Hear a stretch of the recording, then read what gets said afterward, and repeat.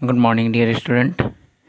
Today we are going to start our revision work with chapter number 3, locating places on the earth. ये chapter हम already पढ़ चुके हैं कि कैसे अर्थ पे प्लेस लोकेट करते हैं। तो ये सिंपल है कि ग्लोब पे किसी प्लेस को लोकेट करने के लिए लैटिट्यूड एंड लॉन्गिट्यूड्स का हेल्प लिया जाता है। We have already discussed over this topic. Now come on to the question answer. First of all, page number 27, something to know. First, the equator does not pass through which one of the following continents? किस continent से equator पास नहीं होता है?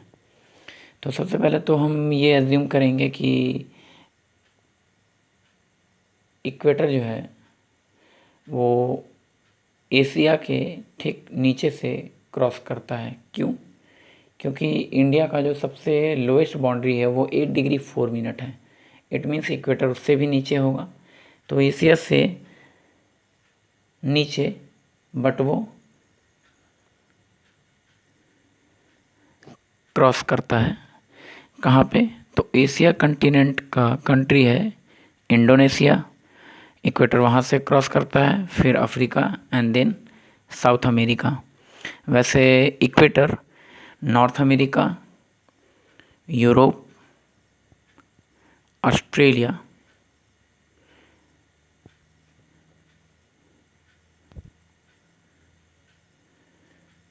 Antarctica इसको भी touch नहीं करता है, बट यहाँ पे ऑप्शन में सिर्फ यूरोप दिया है। Then we take Europe. The heat zone lying between 23.5 degree north and 66.5 degree north. तो हम लोग हीट जोन के बारे में पढ़ चुके हैं। सबसे नीचे टॉरिड जोन होता है जो कि 23.5 डिग्री नॉर्थ से 23.5 डिग्री साउथ तक, 23.5 डिग्री नॉर्थ से 66.5 डिग्री नॉर्थ, या 23.5 डिग्री साउथ से 66.5 डिग्री साउथ तक टेम्परेट जोन, एंड देन उसके ऊपर frigid zone. Next is the longest circle drawn mid way between the two poles is. Two poles के बीच में सबसे लॉन्गेस्ट सर्कल कौन है? तो पता है कि लैटिट्यूड जो है वो इमेजिनरी सर्कुलर लाइन है, सेमी सर्कुलर लॉन्गिट्यूड है। तो सबसे लॉन्गेस्ट लैटिट्यूड क्या है? 0 degree equator. Next is when the time is 12 noon at 0 degree, then the time at 75 degree east longitude will be. कहता है 12 नून में अगर 0 डिग्री लॉन्गिट्यूड है तो 75 डिग्री ईस्ट में कितना टाइम होगा?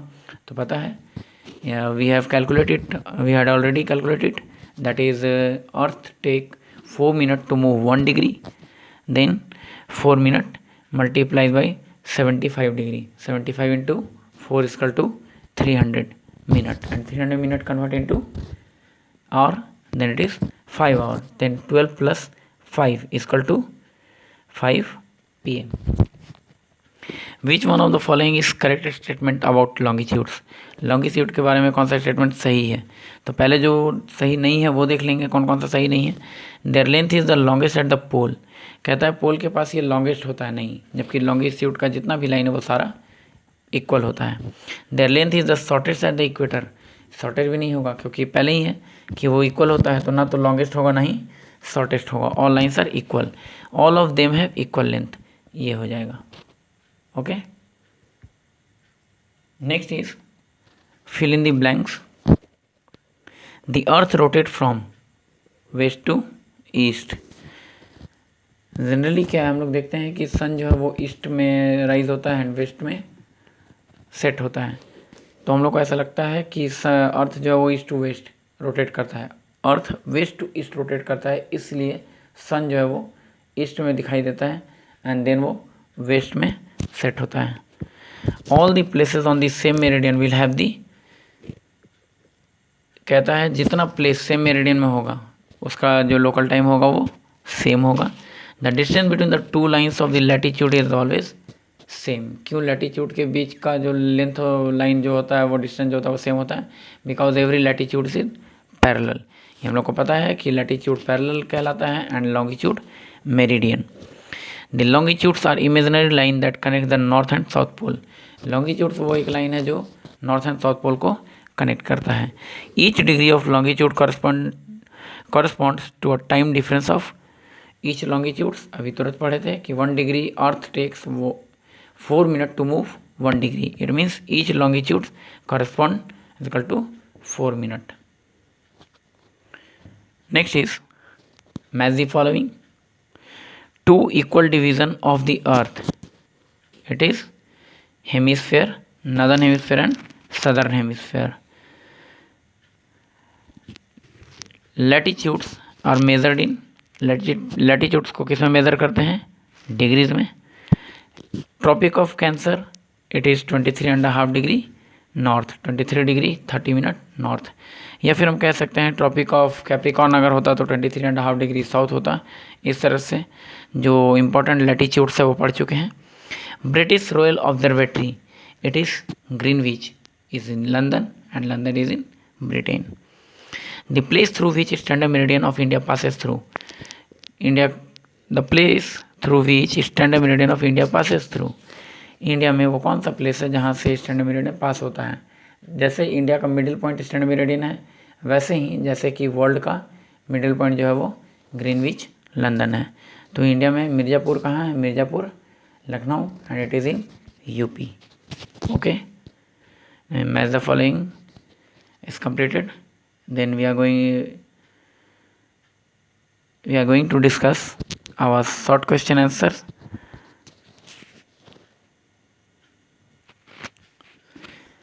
शॉर्ट क्वेश्चन आंसर डिस्कस करने के बाद नेक्स्ट डे हम लोग लॉन्ग क्वेश्चन आंसर डिस्कस कर देंगे. Okay, come on to the first. Which 2 basic points on the earth serve as the reference point. Earth पे कौन सा 2 पॉइंट है जो रेफरेंस पॉइंट कहलाता है? रेफरेंस पॉइंट कहने का मतलब जिसका हम लोग रेफरेंस देते हैं. Obvious, north pole and south pole. बाकी कोई पॉइंट तो है नहीं, एक पॉइंट ऊपर है और दूसरा पॉइंट नीचे. बाकी किसी जगह पे आपको पूरे अर्थ सरफेस पे कहीं पे भी पॉइंट मेजर नहीं होगा. ये इमेजिनरी है, क्लियर है, बट इमेजिनरी में ही ये 2 पॉइंट हैं, north pole and south pole. Mention the latitudinal location of the heat zone of the earth. तो लैटिट्यूडनल लोकेशन कह रहा है किसका? Heat zone of the earth का. क्या क्या लिखेंगे?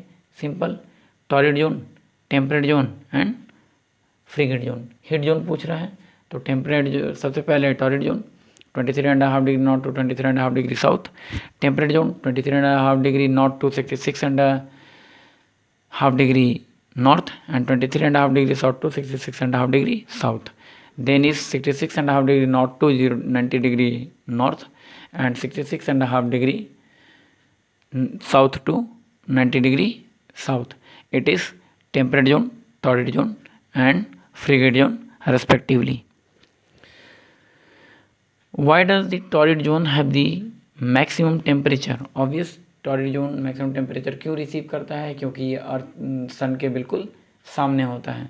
Obvious, 23.5 degree north to 23.5 degree south. तो सन रेज जो है वो 23.5 डिग्री पे सबसे स्ट्रेट पे पड़ता है क्योंकि 66.5 डिग्री के एंगल पे अर्थ जो है वो झुका हुआ है. तो 23.5 डिग्री से लेकर 23.5 डिग्री साउथ तक जो अर्थ का